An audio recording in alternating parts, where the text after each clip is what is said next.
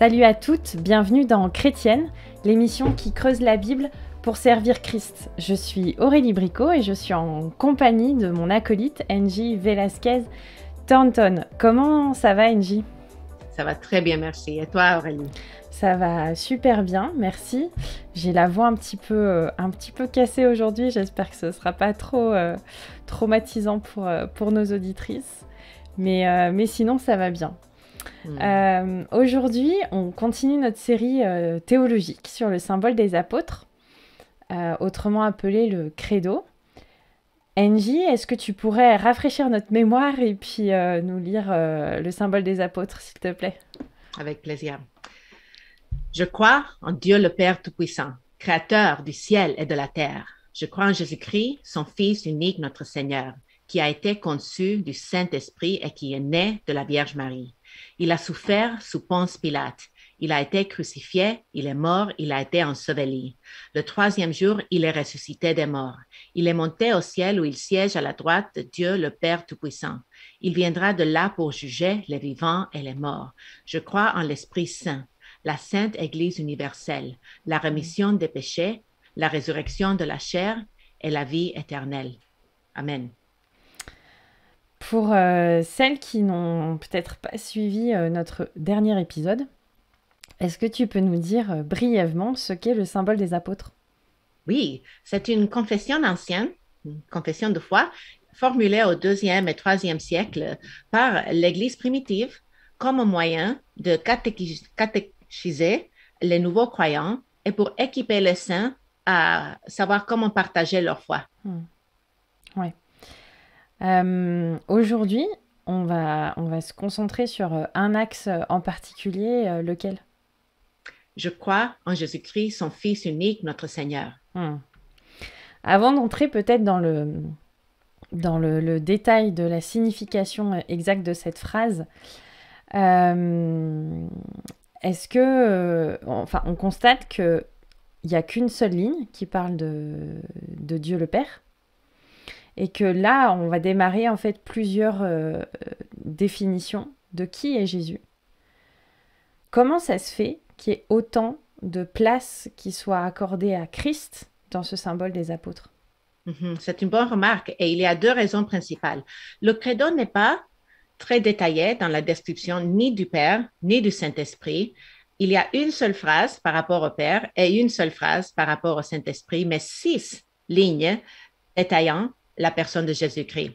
Et cela est dû à plusieurs raisons, entre elles d'abord que les hérésies qui se sont produites pendant la période où le credo a été composé ont eu tendance à attaquer la nature et l'identité de Jésus. Il était donc essentiel d'articuler clairement ce que l'Écriture enseigne au sujet du Fils afin de protéger l'Église de ceux qui cherchaient à la détruire. Et deuxièmement, et peut-être encore plus important, cette apparente surreprésentation du Fils met en évidence la nature des relations au sein de la Trinité. Le Père est le Dieu invisible. Le Fils est le Dieu infini fait homme qui a pris une nature humaine avec tout ce que cela implique afin de nous expliquer le Père. Absolument, on pourrait citer en plus plusieurs versets du Nouveau Testament. En Jean 1, 18, il est dit « Personne n'a jamais vu Dieu. Le Fils unique qui est dans le sein du Père l'a déclaré. » Colossiens 1, 15, il est l'image du Dieu invisible, le premier-né sur toute la création. Jean 14, 9 à 11, celui qui m'a vu a vu le Père. Comment pouvez-vous donc dire « Montrez-nous le Père » ? Ne croyez-vous pas que je suis dans le Père et que le Père est en moi ? Les paroles que je vous adresse, je ne les prononce pas de mon propre chef. Mais le Père qui demeure en moi fait les œuvres. Croyez-moi, je suis dans le Père, et le Père est en moi. En Hébreux 1, 1 à 3, après avoir autrefois à plusieurs reprises et de plusieurs manières parlé à nos pères par les prophètes, Dieu dans ces derniers temps nous a parlé par le Fils. Il l'a établi héritier sur toutes choses, par lui il a aussi créé l'univers. Le Fils est le reflet de sa gloire et l'empreinte de sa personne, et il soutient toutes choses par sa parole puissante. Il a fait la purification des péchés, et s'est assis à la droite de la majesté divine dans les lieux très hauts. On pourrait passer des heures à explorer les profondeurs et puis les implications pour nous de ces passages. Mais finalement, ça nous aide à comprendre la nature et la mission de Christ et sa prépondérance dans les Écritures. Sa mission est de nous révéler le Père. Tu as parlé tout à l'heure de la Trinité. On a fait tout un épisode là, dernièrement sur le Père. Qu'en est-il finalement du Saint-Esprit? C'est une bonne question. Et car le credo décrit Jésus-Christ de façon beaucoup plus détaillée que l'Esprit. Et la troisième personne de la Trinité, on peut se demander, est-il oublié? Et ne me prenez pas. J'ai lu le livre de Francis Chan, Dieu oublié, et j'ai apprécié ses réflexions, certaines, mais je dirais que le Saint-Esprit n'a pas été oublié. La mission de l'Esprit est de glorifier le Fils. Donc, si on veut adorer Jésus-Christ, on va honorer l'Esprit. On peut ajouter 2 versets à cela. On a Jean 15, 26 qui nous dit « Quand sera venu le Consolateur, que je vous enverrai de la part du Père, l'Esprit de vérité qui vient du Père, rendra témoignage de moi. » Et Jean 16, 12 à 14 qui dit « J'ai encore beaucoup de choses à vous dire, mais vous ne pouvez pas les porter maintenant. Quand le Consolateur sera venu, l'Esprit de vérité, il vous conduira dans toute la vérité, car il ne parlera pas de lui-même, mais il dira tout ce qu'il aura entendu, et il vous annoncera les choses à venir. Il me glorifiera, parce qu'il prendra de ce qui est à moi et vous l'annoncera. » Donc finalement, on peut dire que les membres de la Trinité ne se rivalisent pas. On compte pas les points en disant « bon bah, un tel en a plus qu'un autre ». Mais on veut attirer l'attention de nos auditrices sur le fait que la Bible, elle est par nature christocentrique. Jésus l'affirme lui-même en Luc 24, 27. Et commençant par Moïse et par tous les prophètes, il leur expliqua ce qui était dit dans toutes les Écritures à son sujet. Donc, exact. Ouais, du coup, on peut comprendre que dans ce symbole des apôtres, on veut aussi attirer nos regards sur ça. Exact. Et nous pourrons donc maintenant tourner notre attention à la personne de Jésus. Et le premier mot qui le décrit, je crois en Jésus, pour comprendre l'importance de ce titre, de ce mot, de ce nom, nous pouvons nous rappeler que c'est la translittération en grec du nom hébreu Yeshua, qui est traduit dans nos Bibles, dans l'Ancien Testament, comme Josué. Et cela signifie Dieu sauve. Et ce nom lui a été donné à sa naissance, comme l'a prescrit l'ange qui est apparu à Joseph dans un rêve. Et pourquoi ce nom? Parce que l'ange poursuit en disant « parce qu'il sauvera son peuple de ses péchés » en Matthieu 1, 21. Ce nom parle donc en partie de son humanité, puisqu'il est le nom qu'il a porté toute sa vie sur terre en tant que bébé. On l'appelait Jésus, mon petit Jésus, on s'imagine.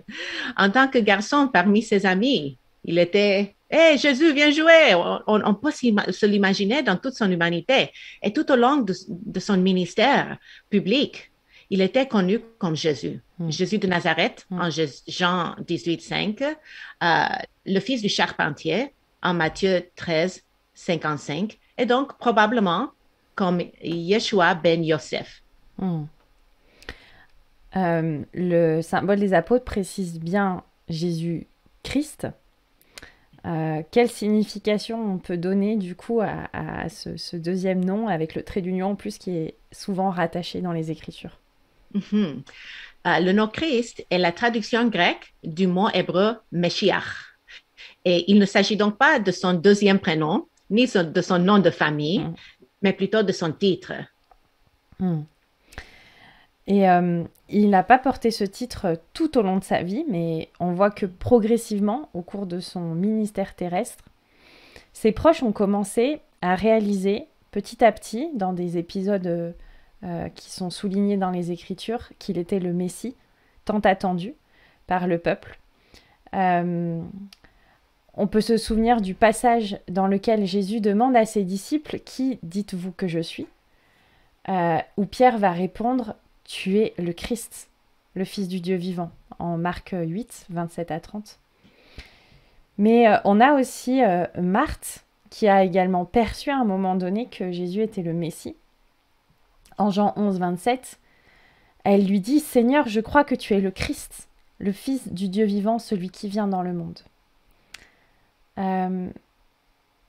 Qu'est-ce que tu penses que les contemporains de Jésus voulaient dire quand ils utilisaient le terme Messie? C'est important de comprendre cela. Les disciples étaient un produit de leur culture. Leur compréhension de ce que le Messie devait être était limitée. Pierre, par exemple, semblait croire que Jésus devait renverser les Romains et établir son royaume à ce moment-là, sur place. Et c'est pourquoi, lors de l'arrestation de Jésus, Pierre va jusqu'à prendre son épée pour trancher la tête de Malchus, l'un des serviteurs du grand prêtre, en Jean 18, 10 à 11. Il manque et il ne lui arrache que l'oreille, mais ce n'est pas par manque de zèle. Ce n'est qu'après la mort et la résurrection de Jésus que ses disciples en viennent à saisir le sens du mot Messie. Car Jésus, Christ, était le serviteur souffrant d'Ésaïe et non un héros militaire conquérant dans sa vie sur terre. Et ouais. Les Écritures nous présentent donc un Jésus qui sauve, le Christ, le Messie. Le symbole des apôtres souligne ces deux réalités-là. Et puis, juste derrière, Jésus-Christ, le Fils unique. On a donc une troisième notion qui arrive. Qu'en pensez ? Oui, on pourrait penser que la doctrine de la filiation de Jésus-Christ serait incontestée parmi les croyants évangéliques. Mais j'ai entendu un pasteur évangélique qui enseignait que nous sommes tout autant des fils de Dieu que Jésus-Christ l'est. L'implication est que parce que la Bible appelle Jésus notre frère, nous sommes ses égaux. Ouais, donc ça veut dire que finalement, il y a peut-être un peu des deux. Il y a des similitudes et puis il y a aussi des différences parce que se comparer à Jésus, c'est presque un peu prétentieux quand même. Mais dans la filiation, entre la filiation de Christ et puis celle de chaque croyant, quelle différence et quelle similitude on pourrait souligner? En Hébreux 2:11, c'est bien vrai. Jésus est appelé notre frère. Gloire à Dieu. Et les Écritures nous donnent la liberté, l'invitation d'appeler Dieu notre Père en Romains 8:15, en Galates 4 à 6. Mais voici la différence. Jésus-Christ est le Fils éternel, le Fils unique qui est co-égal avec le Père. Cette doctrine est appelée la filiation divine. Nous, par contre, nous sommes des fils adoptifs. Nous avons été amenés dans la famille de Dieu et cela est la grande différence. Nous avons été adoptés. Gloire à Dieu. Comme l'a dit Thomas d'Aquin, nous devenons fils dans le Fils, majuscule, F majuscule. Mais nous n'avons pas été déclarés de Dieu. Loin de là. Nous devons nous tenir à l'écart de tout enseignement qui exalte l'homme et abaisse le Christ au point de faire de nous ses égaux. Le verset peut-être le plus connu de la Bible dit que Dieu a tant aimé le monde qu'il a donné son Fils unique. Nous voyons quand même qu'il y a plusieurs endroits où cet aspect tout particulier puis de la singularité de Jésus est quand même souligné. Jésus dit lui-même aussi qu'il est le Fils de Dieu, le seul et l'unique, venu à cause de l'amour débordant de Dieu pour le monde. Un des derniers aspects que cette phrase qui nous préoccupe aujourd'hui du symbole des apôtres déclare, c'est que Jésus est Sauveur, Messie, Fils unique, mais aussi notre Seigneur. Mhm. Un peu finalement le point culminant, la cerise sur le gâteau de cette phrase. Qu'est-ce que tu peux nous en dire, Angie? C'est intéressant parce que de tout ce que le credo déclare à propos de Jésus, Mm. c'est peut-être la phrase, le titre le plus subversif. Il est Seigneur. Ouais. Car tous les sujets de l'Empire romain à l'époque devaient déclarer leur allégeance à l'empereur en jurant que César est Seigneur. Cette allégeance, sans entrave au Christ, allait à l'encontre de la prétendue tolérance de Rome à l'égard du panthéon de tous ces sujets. Car Rome pouvait tolérer le culte de nombreux dieux, y compris celui de leurs ennemis vaincus, mais ils n'avaient aucun concept pour le culte unique et indivisible du seul vrai Dieu. C'est pourquoi ils ont accusé les premiers chrétiens d'être athées, car ils n'avaient pas de Dieu visible et tangible devant lequel se prosterner. Ils n'avaient pas non plus de sanctuaire, de temple ou d'image, mais se rencontraient simplement dans les maisons. Et puis tu sais, il y a cette notion, je crois que j'étais en train de regarder là, que je dise pas de bêtises, mais dans le symbole des apôtres, il n'y a pas beaucoup de nous. C'est beaucoup je crois. Et en fait, là, c'est souligné notre Seigneur. Mm-hmm. Et il y a aussi cette notion d'appartenir ensemble à la Seigneurie de Christ Mm-hmm. et d'être sous son autorité, sa bonne autorité.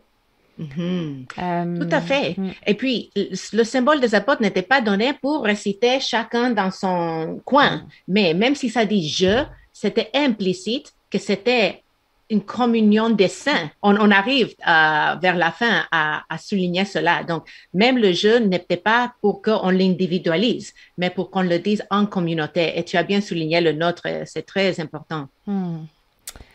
Maintenant qu'on a, on va dire, une petite vue en 4D de qui est Jésus, on a toujours à cœur dans notre podcast de s'occuper à se retrousser les manches et puis à voir comment ça nous aide concrètement dans notre compréhension et puis dans notre service. Quelles sont les applications que tu retires, toi, de cet enseignement-là? C'est toujours notre question de plus d'importance. Voici quelques pistes qui nous aideraient. D'abord, au fur et à mesure que nous progressons dans notre compréhension de l'identité de Jésus, tel qu'il est décrit dans le symbole des apôtres, notre affection pour lui va grandir inévitablement. Nous ne pouvons pas aimer un sauveur que nous ne connaissons pas. Et nous ne pouvons pas le connaître que comme il est révélé dans sa parole. Et comme on a dit, le symbole des apôtres ne fait que nous donner un aperçu de la doctrine des apôtres telle qu'elle est dans le Nouveau Testament. Enfin, elle nous aide à protéger nos enfants, car nous vivons dans un monde qui est de plus en plus soit ignorant, soit hostile au christianisme. Nous voulons donner à nos enfants les outils dont ils ont besoin pour articuler leur foi. Jésus était-il un simple gourou? Était-il un révolutionnaire? Était-il un simple faiseur de miracles? Nos enfants, quel que soit leur âge, ont besoin d'un enseignement approfondi sur la personne de Jésus-Christ. Oui, nous devons adapter cet enseignement à leur âge, mais ne les traitons pas en douceur. Comme j'ai dit dans le premier épisode à ce sujet, des enfants de 5 et 6 ans ont mémorisé ce credo et dans les années à venir vont pouvoir réfléchir sur ce que cela implique. Les enfants ont besoin de connaître et de servir Jésus et tout autant que nous. Et le symbole des apôtres nous donne le cadre pour les instruire dans un enseignement sain avec l'espoir que l'Esprit de Dieu sauve leurs âmes. Ça me fait penser à un truc, ce que tu dis, parce que souvent, dans notre témoignage, dire qu'on croit en Dieu, ça va. Mais dès que tu commences à dire que tu crois en Jésus, il y a une foule tu vois, ça commence à se frictionner un petit peu. Je trouve que c'est beaucoup plus clivant finalement d'assumer une foi en Jésus que d'assumer une foi en Dieu. Et il y a comme une prise de risque. Moi, ce que je vois dans ce symbole des apôtres, de dire on croit en Dieu, mais on croit aussi en son Fils. Yes. Et voilà le Fils en qui nous croyons. Et je trouve que c'est important de le souligner parce que en plus on va dire dans une mouvance actuelle où on cherche à être un petit peu conventionnel, à pas trop faire de vagues, ça peut être clivant et il faut le savoir, mais du coup c'est important de se rappeler que Jésus, il est sauveur, mais il est aussi Seigneur, et c'est chouette que ce symbole le souligne. Je voulais rajouter que moi, il y a une application qui me semble assez importante par rapport à tout ce qu'on a abordé. C'est finalement le modèle de Christ qui est présenté. Ces 4 facettes de qui est Jésus, qu'est-ce qu'il est venu faire sur la terre. C'est un modèle que nous, en tant que chrétiennes, nous sommes invités à imiter et auquel nous devrions chercher continuellement à ressembler. Jésus, il a toujours agi comme un fils obéissant, fidèle au Père, à ses parents, ayant un cœur débordant pour le monde. Et c'est vers cela qu'on devrait tendre. Parfois, on se torture un peu l'esprit en se disant tiens, qu'est-ce que je pourrais faire vraiment pour le Seigneur, etc. Mais servir, ça commence d'abord aussi par le cœur. Et puis, on a toute une parole de vérité qui nous est révélée, à laquelle il faut obéir. Et déjà, ça, c'est un chantier monumental. Donc, servir Christ par l'obéissance, par la fidélité, par l'amour. Il y a toutes ces notions-là. Et en fait, elles sont super bien résumées dans une super vidéo. Petite dédicace à Benjamin Egan, qui circule en ce moment sur les réseaux. Un poème qui a été écrit par Charles Stud, et qui a été traduit sur le site de la REB, qu'on remercie aussi au passage. Et en fait, je voulais vous le lire parce que pour moi, c'est vraiment une bonne conclusion de cet épisode-là. J'espère que ma voix me permettra d'aller au bout. Alors, ça commence. Je dois vous parler de ce court refrain. Dans ma vie chargée, il fit son chemin. Une conviction en est ainsi née et ne m'a depuis plus jamais quitté. Une seule vie qui passera vite. Seul restera ce qui est fait pour Christ. Une seule vie, une seulement. Les heures s'en vont, chassées par le vent. Puis viendra le jour glorieux du Seigneur. Je devrais tenir face à sa grandeur. Une seule vie qui passera vite. Seul restera ce qui est fait pour Christ. Une seule vie, cette douce voix me supplie de faire de bien meilleurs choix. D'abandonner mes buts orgueilleux pour me soumettre au plan parfait de Dieu. Une seule vie qui passera vite, seul restera ce qui est fait pour Christ. Une seule vie de brèves années, pleine de fardeaux, remplie d'anxiété. Et cette question qu'il faut se poser, vivre pour moi-même ou sa volonté? Une seule vie qui passera vite, seul restera ce qui est fait pour Christ. Quand le monde veut me séduire encore, et quand Satan vient redoubler d'efforts, même quand mon cœur veut suivre sa voie, aide-moi Seigneur à dire avec joie, une seule vie qui passera vite, seul restera ce qui est fait pour Christ. Donne-moi, ô Père, la résolution de te suivre même dans les afflictions, te rester fidèle, ce quoi qu'il en coûte, te faire plaisir au long de la route. Une seule vie qui passera vite, seul restera ce qui est fait pour Christ. Oh, que mon amour brûle avec ferveur et que face au monde, je garde mon cœur. Vivre pour toi seul, pour toi seulement, te faire plaisir éternellement. Une seule vie qui passera vite, seul restera ce qui est fait pour Christ. Une seule vie, juste une ici-bas, c'est ta volonté qui s'accomplira. Et quand prendra fin la dernière scène, je pourrai redire ça valait la peine. Une seule vie qui passera vite, seul restera ce qui est fait pour Christ. Et pour conclure, en ce moment, dans la gestion de la pandémie, on a un président de la République, nous en France, qui a dit qu'on survivrait quoi qu'il en coûte. Et ils étaient prêts à tout faire pour sauver tout le monde.